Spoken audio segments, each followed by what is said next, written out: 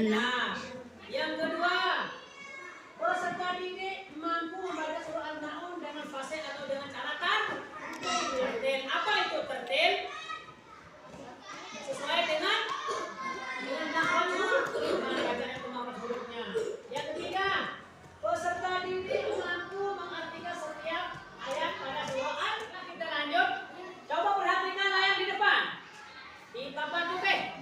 Di sana ada contoh penerapan surah Al-Maun, yaitu memberikan bantuan kepada anak yatim. Coba dalam gambar tersebut, sedang apa di dalam gambar tersebut? Memberikan bantuan kepada anak yatim. Apa itu? Baik berupa uang, berupa pakaian, sejenis yang penting sejenis bantuan. Itu termasuk salah satu penerapan daripada surah Al-Maun. Kita bagaimana membaca dan mengartikan surah Al-Maun. Perhatikan. Kita baca dulu dari pertama. Bismillahirrahmanirrahim. Ara'aital ladzi yukadzibu biddin. Tahukah kamu orang yang mendustakan agama? Itu ayat yang pertama. Yang kedua adalah fadzalikal ladzi yad'ul yatim. Pada ayat kedua dijelaskan siapa yang pendusta agama, yaitu orang yang menghati anak yatim. Oke, itu termasuk pendusta agama. Nah, yang ketiga dalam surah Al-Maun penjelasannya adalah wala yahuddu ala ta'amil miskin. Apa itu artinya? Yaitu dan tidak mendorong beri makan kepada orang miskin. Orang yang tidak mau membantu kepada orang miskin itu termasuk pendusta agama. Oke. Nah, pada ayat keempat menjelaskan fawailul lil musallin. Maka celakalah bagi orang yang kenapa orang salat disebut celaka? Dijelaskan pada ayat yang kelima, alladzina hum an salatihim sahun, yaitu orang-orang yang lalai terhadap salat. Di sini lalai artinya apa? Artinya lalai? Lalai dalam bacaan, lalai dalam niat, lalai dalam gerakan atau kehusukan. Salah satu contoh ketika dia takbir Allahu Akbar, tetapi hatinya berpikir ke pasar. Hatinya tidak fokus kepada sholat. Itu termasuk lalai orang yang celaka dalam sholat. Kemudian ayat yang ke-6. Siapa yang disebut orang celaka dalam sholat? Alladzina hum yura'un. Orang yang berbuat riya. Bagaimana orang berbuat riya dalam sholat? Salah satu contoh. Ketika dia sholat di hadapan orang banyak, mereka kelihatan sholat dengan khusyuk. Tetapi tujuannya apa? Agar dipuji oleh orang lain, tidak karena Allah Subhanahu wa Ta'ala. Itu termasuk riya dalam sholat. Oke. Nah, yang terakhir adalah yang termasuk pendusta agama, yaitu wayang engkau memberi bantuan dengan barang yang berguna. Baiklah, kita lanjut. Coba perhatikan layar di depan.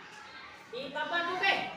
Di sana ada contoh penerapan surah Al-Maun, yaitu memberikan bantuan kepada anak yatim. Coba dalam gambar tersebut, sedang apa di dalam gambar tersebut? Memberikan bantuan kepada anak yatim. Anak yatim. Apa itu? Baik berupa uang, berupa pakaian, sejenis yang penting sejenis bantuan. Itu termasuk salah satu penerapan daripada surah Al-Maun.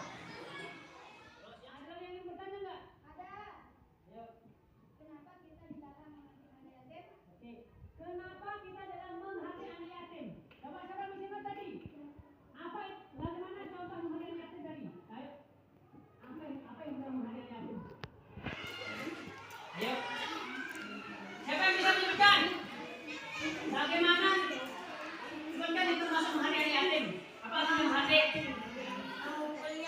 Memukul atau mengejek atau menyakiti hati atau perasaan. Itu termasuk menghati anak yatim. Dari menghati artinya bisa menyakiti hati dan perasaan, bisa menyakiti fisik, atau bisa mengejek atau membenci. Itu termasuk menghati anak.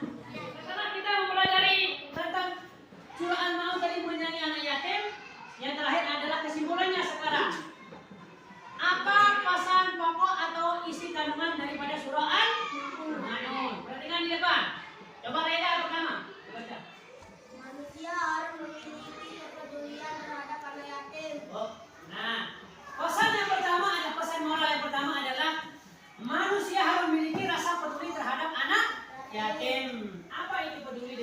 yatim, seperti yang tadi Pak Juli jelaskan tadi, bisa mengasihani, bisa menyayangi atau memberikan bantuan, itu namanya peduli. Coba yang kedua, dia Rika baca Rika. Hendaknya manusia memiliki rasa empati dan adab. Nah, yang kedua adalah hendaknya kita sebagai manusia memiliki rasa empati terhadap fakir miskin. Bapak, siapa yang bisa apa itu empati? Ayo, rasa kasihan. Terus empati artinya rasa kasihan atau rasa peduli atau ikut merasakan, itu namanya empati. Oke, yang terakhir coba. Aditya dibaca yang terakhir. Sholat dengan khusyuk semata-mata karena Allah Al-Maun. Nah, sholat dengan khusyuk semata-mata karena Allah itu Al-Ma.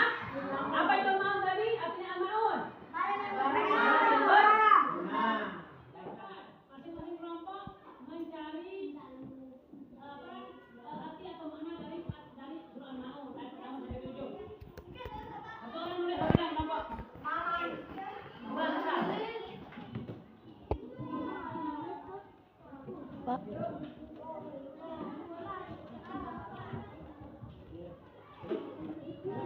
Tulis nama kelompok. Kelompok 1